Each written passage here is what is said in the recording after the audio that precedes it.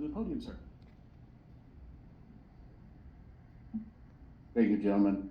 Carl Anderson, Divide, Colorado, candidate for County Commissioner District 2.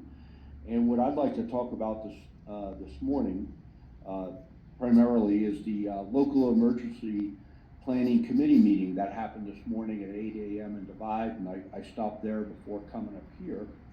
And I'd like to report some good news too going on in the county. So first off, Sheriff Mikesell did brief the group on the E911 situation. Sounds like he's got a great handle on that, and that's progressing well.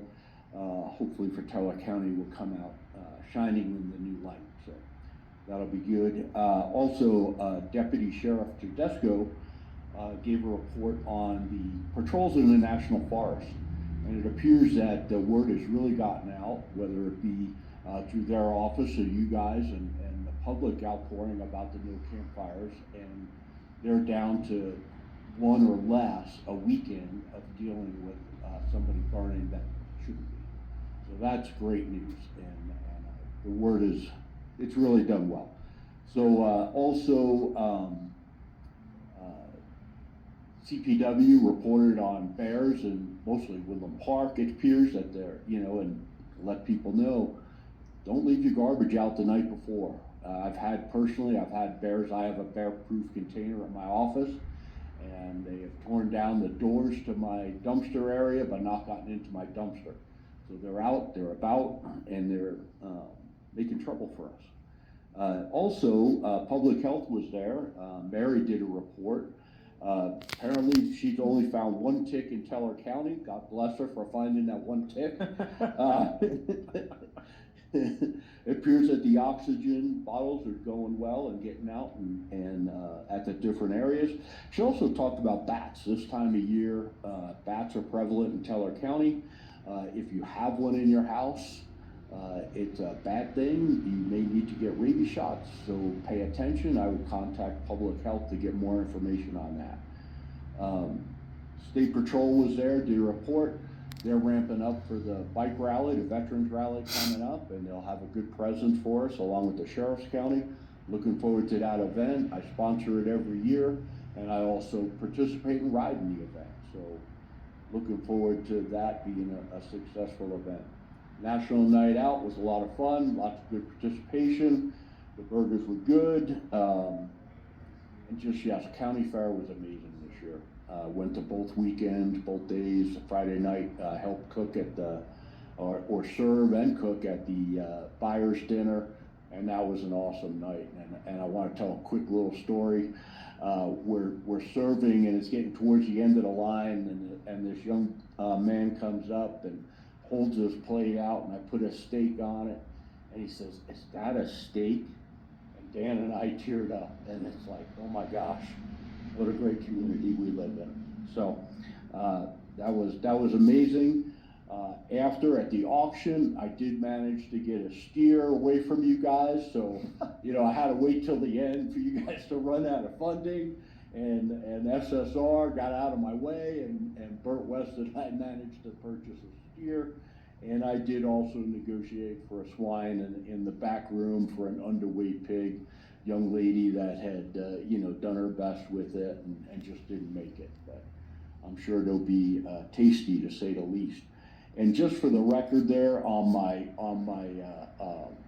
run at the Tough Truck event, I had Deputy Marcus in the vehicle that kept me under control. So we were good.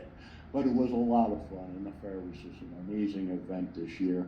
But it was so good seeing all the local first responders out this morning, and just really having positive reports all around the board. So, very good. Okay, Mr. Chair, since you said this for the record, didn't you get beat by a teenage girl in the Tough Truck thing? You forgot to.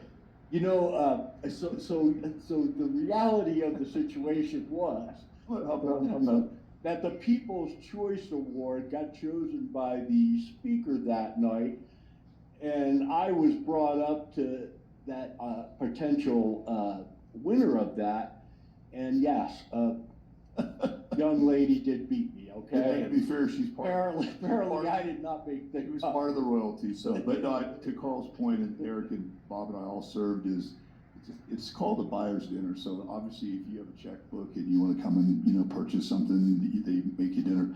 The Snares are such good people, along with others that help, that they basically feed what seemed like all of Victor and all of Cripple Creek.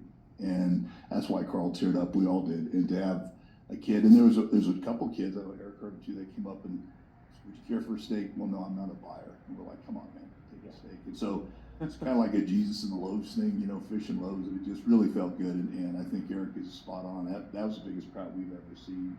And it's not just the southern part of the county anymore. I mean, there's, you know, a lot of people from Woodland Park. There's lots of interest. And some of the toughest kids you'll ever meet in terms of trying to sell you something that they grew. And I have to tell you, it was more than once that people came up and said their margin of profit this year was very scant. You know, we talk a lot about Garrett and Gage, but their dad had to bring water in. So they're paying to bring water in, they're paying for feed. As Eric said, the market price wasn't what it has in the past. So they're learning some really hard lessons from our farmers and producers that are being learned all across the state. So, but thanks for your leadership and being out there. And I'm sorry you got beaten by young girls.